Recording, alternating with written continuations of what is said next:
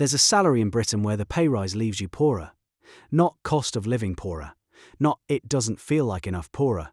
Pound for pound on the payslip, worse off than the week before, for getting promoted. And it doesn't happen at the bottom, where you'd brace for it. It happens near the top. To the people who did everything right to get there.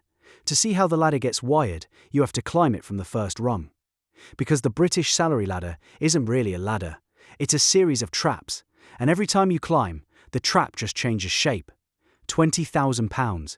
You know what 20 grand is by the hour, because the hour is the bit you feel. It's about £1,450 a month once they've taken their cut, and you know that number like your own birthday, because it's the number everything else has to fit inside. Rent is £650, not for a flat, for a room. A room in a house with people you found on spare room, someone else's milk in the fridge with their name by road on it. Someone else's telly through the wall at 1 in the morning when you're up at 6. You lie in the dark, paying to be next to a life that isn't yours. You eat what's cheap, the value range. The yellow stickers at 8 when they mark down the day. You used to say you weren't fussy. Now you don't dress it up as a choice, because 20 grand doesn't hand you choices. It hands you sums. Your car's done 130,000 miles, and the MOT advisories read like a breakup letter. You put a tenner of petrol in at a time, because filling it means not doing something else. Petrol or the big shop or the phone bill. The phone bill or the trainers that have let the rain in since March. Then there's the Tuesday at the Tesco self-checkout, a meal deal, and own-brand paracetamol. You tap the card not authorized. Not because there's nothing there, because the 30 quid you moved across this morning hasn't landed. The screen goes red. The light over the till starts turning. You step aside, open the app, pull to refresh. Again. The bloke behind you stares very deliberately at his basket, which is worse than if he looked. The assistant comes over with the key on a curly cord. You hear yourself say, "Don't worry, leave it," and you walk out with nothing, and the heat in your face has nothing to do with £4.50. At 11 at night, you're on Indeed. Everything that pays more wants 2 years you can't get without already being in the room they won't let you into. It was never about working harder. It's the loop. Clock in, get paid, it's gone. Clock in. What keeps you up isn't this month. It's the quiet idea that the loop doesn't come with a door. The first rule. At 20,000 a year, you don't manage your money. Your money manages you. £30,000, 30 grand. You said it to your mum down the phone, and she said, "Ooh, that's a proper salary now," and for about a week it was. You move out of the room. Your own place, a 1 bed above a chicken shop, the extractor fan humming through the floor till midnight, the smell of fried oil somehow working its way into your towels, but yours. A door that locks, and the quiet on the other side of it, is the most expensive thing you've ever owned. You do a full shop without running the total in your head. You fill the tank to the top once, just to hear the click. Then you actually read the payslip. There's a line near the bottom, student loan. 9% of everything over the threshold, lifted off before it ever reaches you, every month, for a degree you finished 6 years ago. Against a balance that somehow climbs faster than you pay it down. Nobody calls it a tax. It is one. It's just got a kinder name. And the going rate in this country, the middle, the median, is closer to 39 grand. Nobody mentioned that 30 was below average. You're not falling behind the rich. You're falling behind the middle, and the middle doesn't even feel rich. It's a Friday, payday. You move 50 quid into the savings pot and feel like an adult for an afternoon. 3 days later, the car needs 2 tyres to get through its MOT, and the 50 comes home, and 80 more goes with it. You look at the pot, back where it started, and realise saving at 30 grand isn't a habit you're missing. It's a thing the monk keeps quietly undoing for you. The second rule. 30,000 lets you see comfort from the window. It just never quite covers the rent on it. £50,000. 50,000. This is the one that's meant to feel like you've made it. Higher rate taxpayer. It sounds like a yacht. It is not a yacht.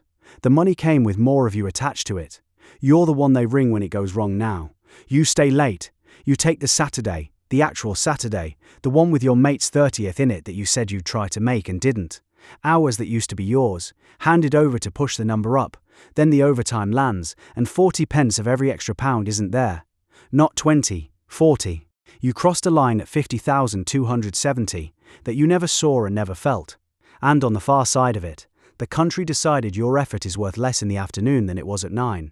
You sit with the payslip and do the maths, and the extra Saturday paid you about half what you'd assumed. You gave up the birthday for that half. You earn more than nearly everyone you grew up with, and you still clock the total at the self-checkout out of a habit that won't die. The number went up. The feeling stayed exactly where it was at 30. The third rule. The system was never going to reward you for climbing. It just changes how much it takes for letting you. £75,000. 75. On paper you're flying. Top 15% of earners in the country. There's a kid now. A bigger place. A garden the agent called low maintenance. A mortgage with your name on it for an amount that used to be a phone number. A brown envelope comes. HMRC. It's about child benefit. The bit of money the state gives every parent towards raising a child. You earn too much for it now, so they'd like it back. Not in one go. A slice for every couple of hundred you earn over 60 grand. Climbing until by 80, it's all clawed back. And you'll be filling in a self-assessment you've never had to do before just to hand it over. You sit at the kitchen table reading a letter that, once you strip the wording off it, is the government asking you to pay them back for your own children. The lifestyle arrived while you weren't watching. The car's on a finance deal you'd rather not total up. The holidays got nicer, and you earn nearly 4 times what you earned at 20, and you are not 4 times freer, you're just 4 times more expensive to keep running. You feel it most in the silences. The mate's still renting a room. You stop telling him about the extension, because saying it out loud feels like a language he didn't ask to learn. The fourth rule. 75,000 is where the lifestyle finally arrives, and quietly takes the keys to you. £100,000. £100,000. The number you wrote on the inside of your skull years ago. Round, clean, 6 figures. The one that was always going to mean you'd made it. It's a trap. Genuinely, mathematically, the single most brutal number in the British tax system, and the people it hits hardest are the ones who never saw it coming. It starts on a good night. The promotion comes through. 105. You and your partner open a bottle of something you don't normally buy. For one evening, it's everything the long hours were for. Then, 2 days later, she's at the kitchen table at 11:30 with the calculator open on her phone and a face you don't like. Because she's worked out what crossing 100 grand actually does.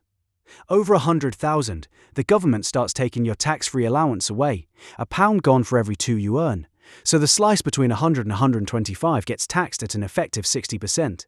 And the very same pound that nudges you over 100 grand wipes out your 30 hours of funded childcare and your tax-free childcare on top. Not tapered down. Gone. Same day. You've got 2 in nursery. She runs it twice because neither of you can believe a country would build it this way. The 5 grand rise, after the 60% band and the childcare you now pay full whack for, leaves you somewhere around £3,000 worse off. For the promotion, for the longer hours, the bigger title, the thing you wanted. So in the morning you ring HR, and you listen to yourself ask whether you could take it as pension instead, whether you can have the rise and quietly arrange to not actually earn it, to stay under a line, to hide from your own promotion, and somewhere in that phone call it lands properly. The cruelest edge in the whole system wasn't built for the rich. It was built right here, for the person one single step from joining them, reaching for the next rung, and finding it wired. The fifth rule. The 100,000 trap isn't a glitch. It's the system telling you, in the plainest words it owns, that the climb was never meant to be finished. £150,000. 150,000. You're through it. Out the far side of the trap, into the 45% band, and the last of that tax-free allowance vanished back at 125. You don't have one anymore. You're taxed from the very first pound. This is the first level that feels properly different. Not nicer car different.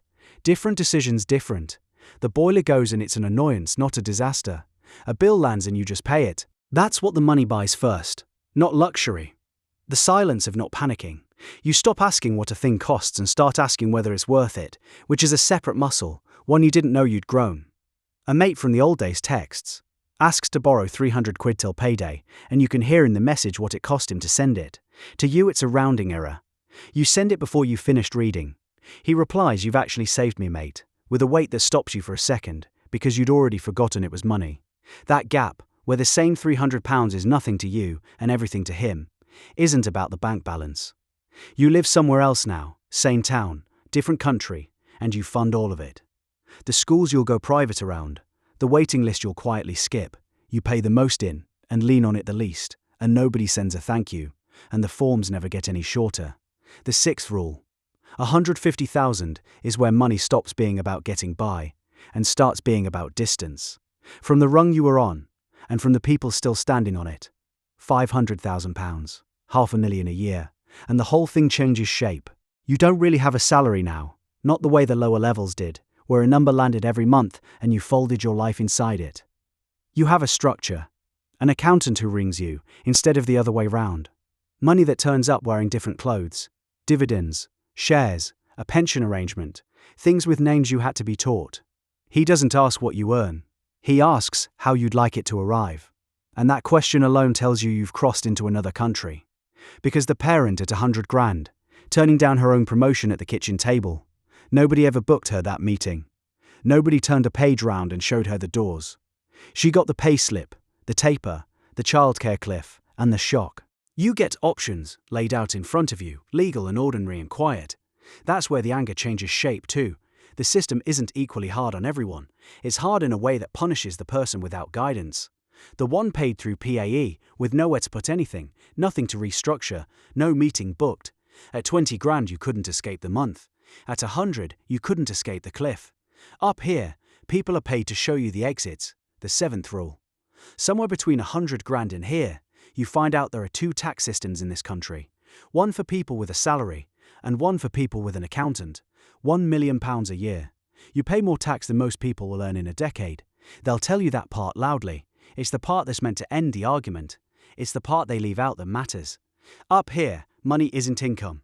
It's a tool that makes more of itself in the night, whether you're in the room or not. Things you own, things that grow, ground that rises underneath you while you sleep. You stopped trading hours for money a long way back, because the hours were never going to carry you this far. Only the ownership was, and here's the number the whole ladder was keeping from you. The steepest real rate of tax in the entire system, the deepest cut anyone takes on the next pound they earn, was never paid by you, up here, with the accountant and the structure. It was paid 60 pence in the pound by a woman earning 1/10 of what you earn, at 100 grand, at 11:30 at night, 2 kids asleep upstairs and a nursery bill on the table, turning down the rise that would have left her poorer. The 8th rule. £1 million a year doesn't show you how the system treats the rich. It shows you the system was never hardest on the rich at all. It was hardest, the whole way along, on the person trying to become them. Somewhere right now, someone's opening their first proper payslip. 20 grand on the letter. About 1,450 in the account. They can feel the gap between those two numbers, and they haven't got a word for it yet. They think the climb is a straight line, that you earn more, and more arrives, all the way to the top. Nobody's told them about the line at 50, or the brown envelope at 75, or the thing waiting at 100 grand in 15 years' time, in the dark, with a calculator and a sleeping kid. The rung that's wired. They think the number on the offer letter is the deal. It was never the deal. The deal is everything taken in the gap between the number you're promised and the number that lands, and that gap was never going to shrink as they climbed. It was built to grow. They put the phone face down. They tell themselves it gets easier higher up. It doesn't get easier, it just gets quieter about what it's taking. Subscribe so you don't miss the next one.